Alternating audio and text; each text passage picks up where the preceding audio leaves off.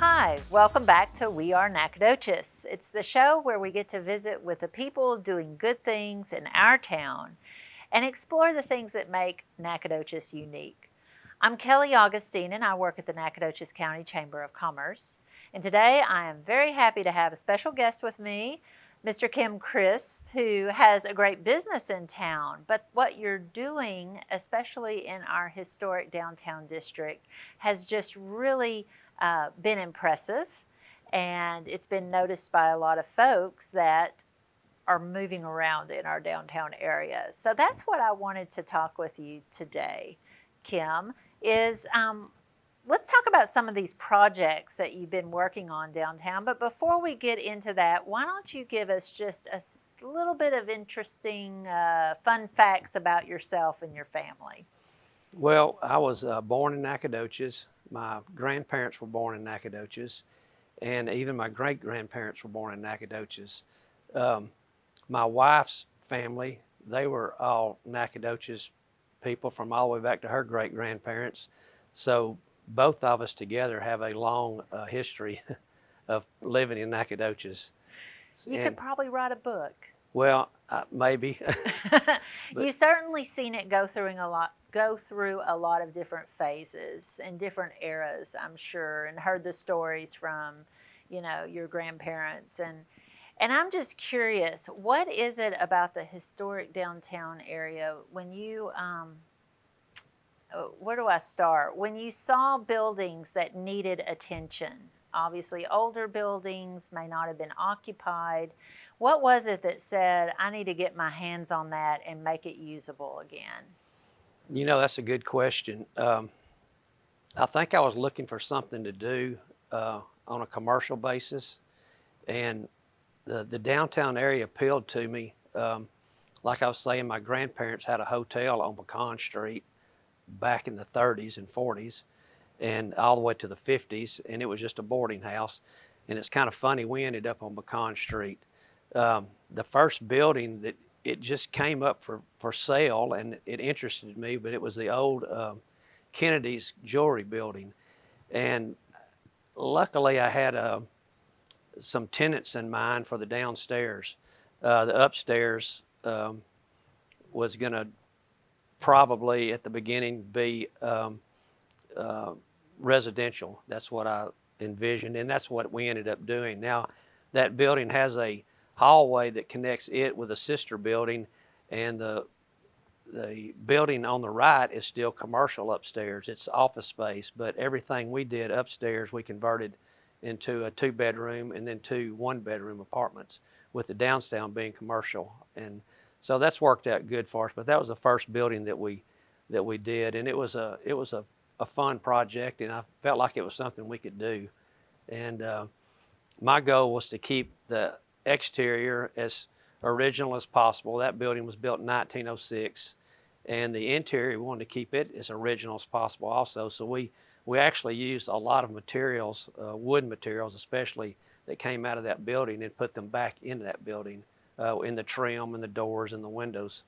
So that was kind of our first shot at doing a building downtown, and it appealed to me. I just felt like it was something I liked to do, and something we wanted to do.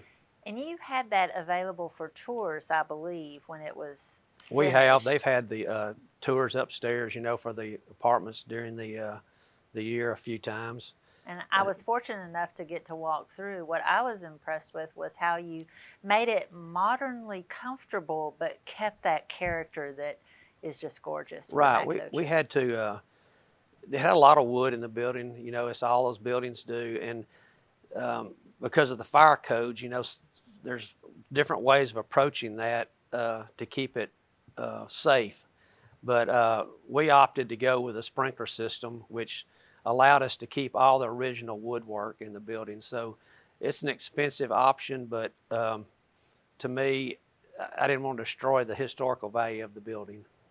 So were there any fun stories that came out of that project? Anything you discovered?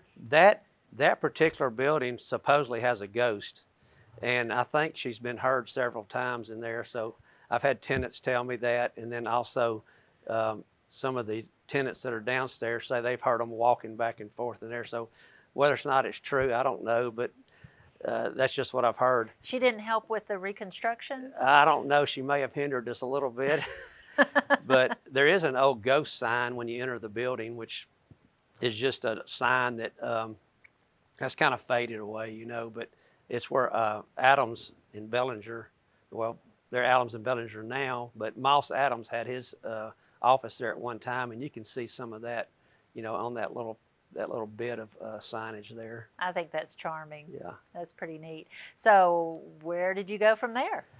My daughter graduated from college. She went to New York for 5 years. She was in the fashion business there with 3 different companies. And she decided after 5 years she wanted to come back and possibly go into the have a fashion store for ladies. And originally we looked at going to Dallas, and I was going, that's going to be a hard project for me in Dallas. But the longer she was here, the more she decided that she maybe wanted to come back to where her roots were, and that's Nacogdoches. So the next building that we needed was one for her store. And fortunately, the building that was available at the time was the old Case Branch and Patent building. They were a hardware store. And it's actually where they worked on their lawnmowers. But the original intent of that building, it was a tobacco warehouse. And from what I've read, there was more tobacco grown in Nacogdoches County back in the early 1900s in all of Tennessee. So it was a big farming community, and tobacco was a big crop here until cotton came around. So that business, that building was actually built in the late 1800s, probably around 1886, 87. And you can research that on the fire maps that are listed, you know, in public libraries. So we made a deal on that building, bought it, and she ended up putting in Spring and Prince Boutique in the downstairs part, which now has Nacogdoches Home Design, which was formerly my wife's, Angie's, business. And then upstairs, there was a nice room upstairs that had never been remodeled, I don't think ever. I mean, there's gunshots in the columns up there from where they sighted rifles in and shotguns, but we decided to turn that into a venue, so we named it the Old Tobacco Warehouse Events Venue, and it's been it's been a fun job too there. She operates both of those. I'm just the maintenance man now. Well, I think, you know, if anybody wanted to see that, it really is open. I'm sure it's open through. anytime they want to look at it. Just come to Spring and Prince, or our office is located in the alleyway right beside there. Nice. And they can take a tour.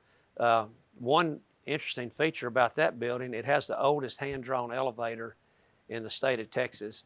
And there's actually 2 of them. There's one inside the building and one outside. So we just recently restored the one outside, and we're doing some finishing touches on it. Well, that is really cool. Well, we have a few minutes left. I want to get to this other project, the most recent one that you finished, that now we have a restaurant available in there. So tell us a little bit about the Wettermark building. Jimmy Mize was the mayor of Nacogdoches a few years back, and he called me one day, said, "Hey, could I have lunch with you with the city manager?" And I was thinking, what have I done now? I don't know, have I done something I shouldn't have done?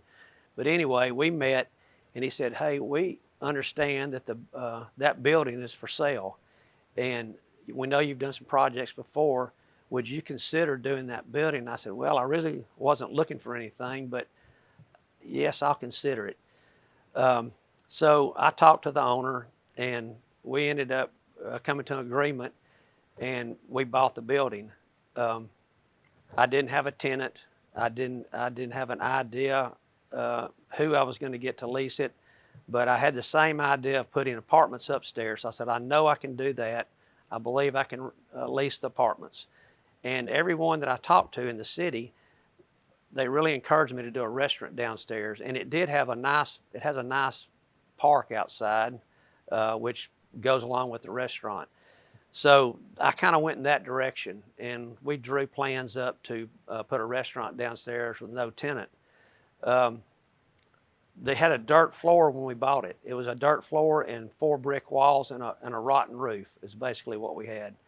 And we tried to keep all the original ceilings, any original floors that were in there upstairs. We kept those and filled in with woodwork from a local mill here that made wood for us to finish it.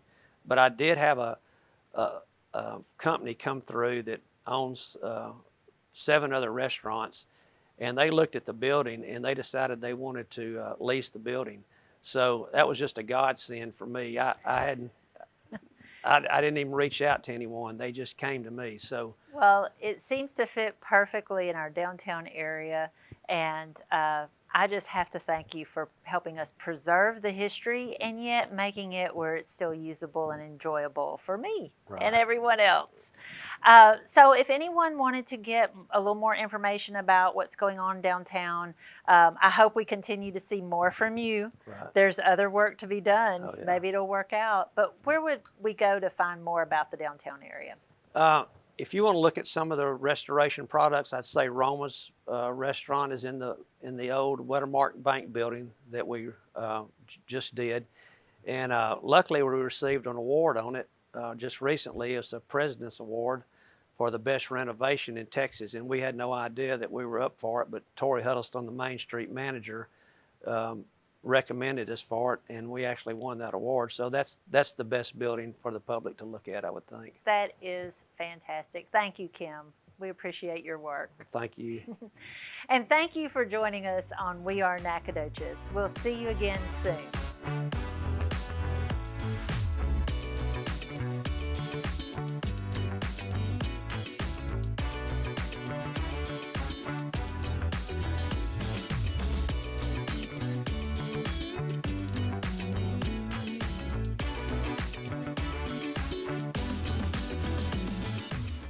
This program is brought to you by the Department of Mass Communication at Stephen F. Austin State University, in association with the Nacogdoches County Chamber of Commerce, and with special thanks to the City of Nacogdoches.